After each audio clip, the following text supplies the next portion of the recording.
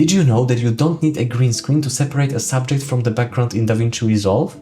In this video, I'll show you 3 super practical ways to use Magic Mask.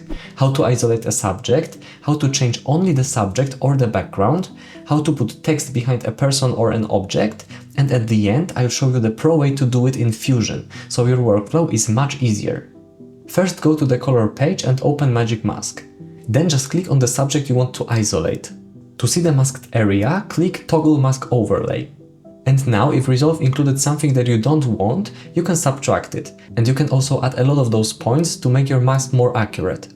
As you can see, sometimes the mask is not perfect, and that's why I recommend changing the quality from faster to better, and it gives much better results. And now the only thing left to do is to let Resolve track your clip forward and reverse. And now our mask is ready. Once the subject is isolated, the easiest use is selective color grading. Now I can only change the contrast, exposure and color of the subject, or invert the mask and change only the background. This is one of the fastest ways to guide attention in a shot without touching the whole image. It also works great in shots with a lot of contrast, like this one with a very dark ship and very bright grass.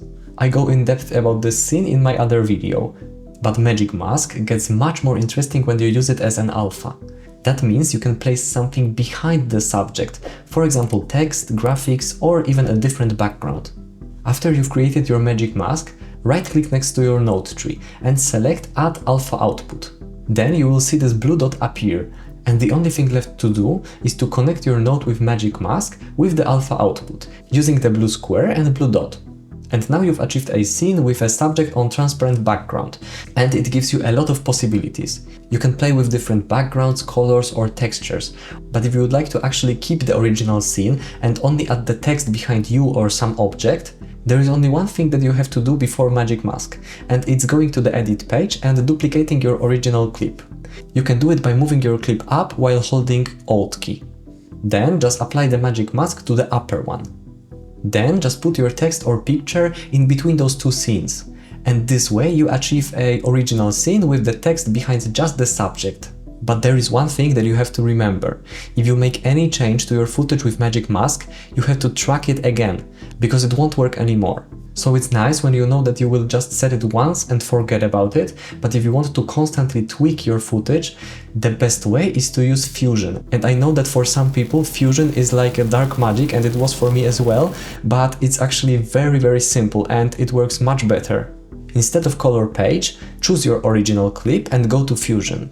And here the only thing that you have to do is to click Shift and Space and type in Magic Mask. Then click Enter to add it. Now, exactly as before, click on your subject to select it and tweak your mask how you want. I advise you to use better mode here. When you are done, track your scene forward and reverse, and now you should see your masked object with transparent background.